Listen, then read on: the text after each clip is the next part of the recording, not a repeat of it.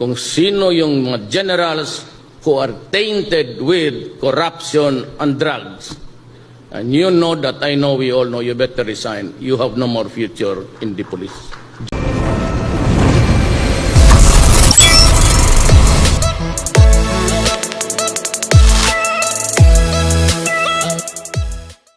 I mean no offense to anybody. So beginning from now, zero tolerance for abuses committed by the law enforcement agencies, including the National Bureau of Investigation. Do not taint yourself in the company of known criminals and criminal syndicates. You will be sorry. There will be a major revamp. I will have an electronic thing there in the office to track your record. And I would know, at alam ko ngayon, kung sino yung mga generals who are tainted with corruption and drugs. And you know that I know, we all know, you better resign. You have no more future in the police. Joke with anybody else, but not me. Do your duty, I will die for you. Do your duty, and if in the process you kill 1,000 persons because you are doing your duty, and I will protect you. And if they will try to impeach me, I will hurry up the process and we go out of the service together. Dudublihin ko yung sweldo niya. Double your salary. Let me tell you now, I will not run this country with a corrupt police. Do not do it. Ever again. Ever again. Kayong mga, the younger ones, never mind or retiring. For the next 6 years, build a track record of performance that is good. Because I will plot your history, your personal history. Yung nakakasok kayo na may mga kidnapping, I will review you. And I will like to talk to you. In Malacanang, dalawa lang tayo. Sabihin mo sa akin kung anong gusto. My job is to bring peace.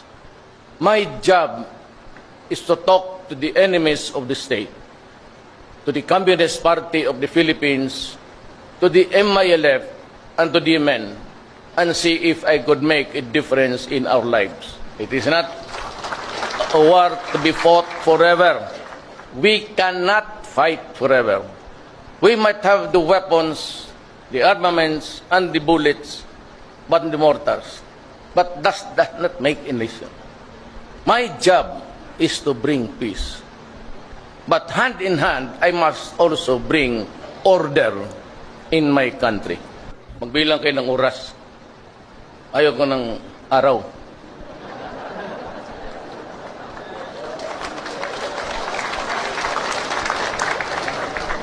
The drugs must be suppressed. It cannot be eliminated. For as long as the greed for money is there. Tinanong kami if you would allow the burial of Marcos. Ay sabi ko yes. Yung tatlo sabi nila hindi. So nung panahon na ako tapos gusto na ilibing si Marcos, pinalibing ko. Look, yun yung mga yun yung promise ko. Kaya kung ayaw ninyo yun, hindi sana ninyo ako binoto. Anong klase ito? As President, kayong mga taga-human rights, I build a country. Hindi ako police. I look after my country. Paski ganito lang ako, I love the Philippines. I love the Philippines and I love. Diba sabi ko sa kampanya, why am I here? I am here because I love my country and I love the people of Philippines and especially the beautiful Filipina.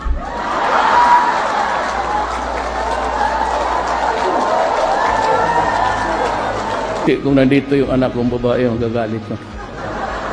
Titindig yun. Totoo si Inday. Titindig yan. Harap-harapan.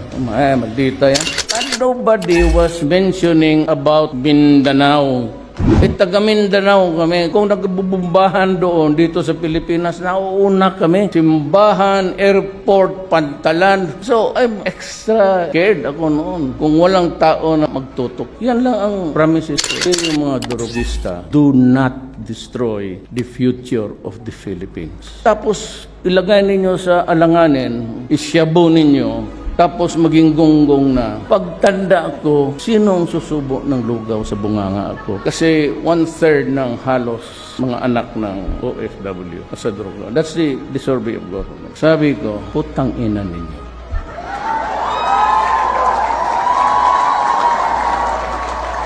Ang mga tatay nito na sa ibang bansa, nagpapakamatay. Ang mga nanay nito sa isang bansa, sometimes they are rape, abuse, sinisikmura na yan para na makapagdala ng pera. Binabastos na yan, tinitiis. I am a president for peace. I cannot be a wartime president. And I cannot afford to fight with anybody, especially to wage war against my own people. So whether we like it or not, alam nila, Lisa, yan, that open ako and I just released about 14 prisoners from Bilibid, yung mga komunista na convicted na. The higher interest of the people must prevail. Kaya mayroon niyang 8888, that's the hotline. Sabihin mo lang, kung ayaw mong sabihin mo yung taong nirereklamo mo, ito si Juan de la Cruz, pabalik-balik ako sa opisina, kukuha ng permit o clearance, at pabalik-balik na lang ako, ang hanggang ngayon wala pa. Kaya nangyari sa labor unrest. At pinalabas niya na resign siya. Kasi ako naman, ayaw kong hiyain yung tao. I will fire you or place you somewhere. And I assure you that I never really accepted any money from any mining company. Yan masiguro ninyo. Baski tanongin mo. Corruption must stop. I do not want to offend anybody. It is not a particular person that is really the target. But sabi ko, ang BIR, an institution known to be corrupt since time immemorial. Kailangan huminto na kayo. Customs. For the longest time, maganda ang buhay ninyo. Just the BIR. On the side, except your salary, mayroon kayong kinikita na parang allowance mo na lang yung sweldo mo. Huwag na lang tayo magbulahan. Ayaw ko magbula-bula na tayo. Diretsahan na lang tayo. So, this time, you have to change your lifestyle, less expense. Maybe if you buy a car every other year, make it 5 years. And try to be just an ordinary government worker. And even the police. Hindi naman lahat, because most of them are really very good. But in the higher echelons of the command, there are about 3 generals who are really tainted with drugs.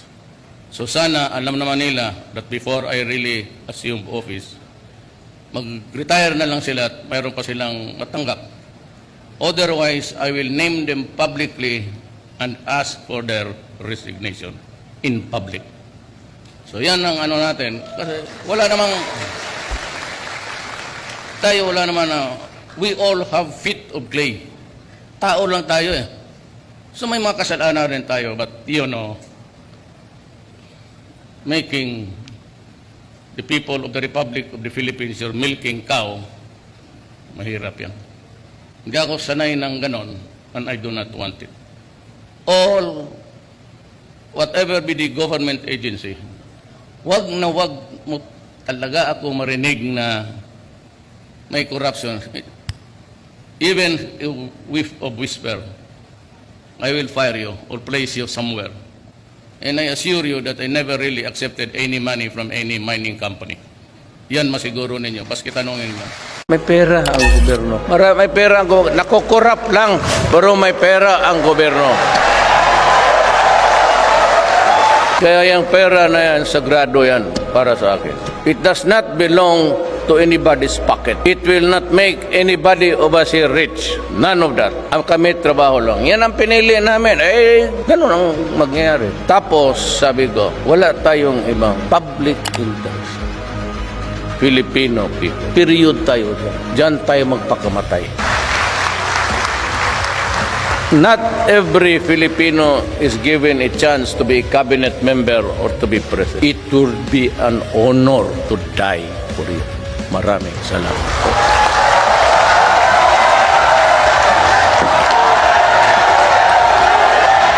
ilan lang ang maging presidente na Pilipino. Are you extremely or inordinately proud to be president? Tell you, I do not need the position at this time of my life. Tanda na. So, dito lang. Huwag na yung martial law na declare martial law. Dito lang umiikot. And my oath of office says, I must preserve the Filipino people. Hanggang dyan lang ako. Di na ako magtagal. I'm going home. I am a president seeking peace for my country. Nung na-presidente ako, inuna ko na ang komunista. Sabi ko, we have been fighting for 45 years. Do you mean to say that you want another 45 years of fighting? Magkasama kami, left po ako, sa left ako. Hindi ako kandidato sa mga oligar pati mayan, left talaga. Kaya kami nakakaintindihan. Kaya kita mo yung overtures ko, pumayag sila, nag-uusap na tayo, wala nang gera ngayon sa ating bayan, NPA versus government. I promise 3 fundamental issues sa ating bayan. One is graft and corruption.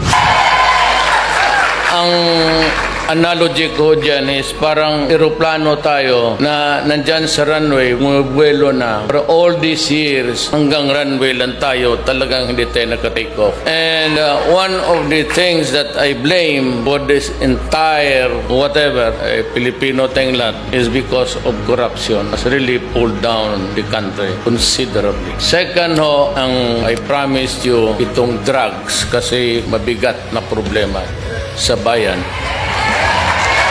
Ang third, criminality. So, mag-umpisa ako sa graft and corruption.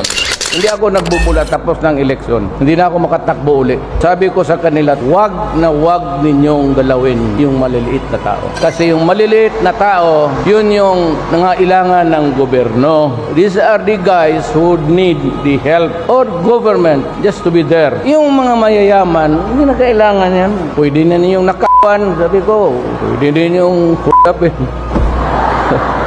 Huwag yung maliliit. Prayer season will come home. I will allow him, and he can have also his freedom.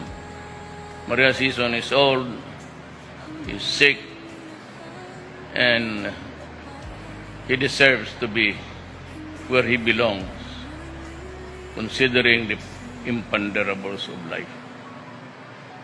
Lahat naman tayo, we go sometime. And it is a terrible thing, I said, to die in another country.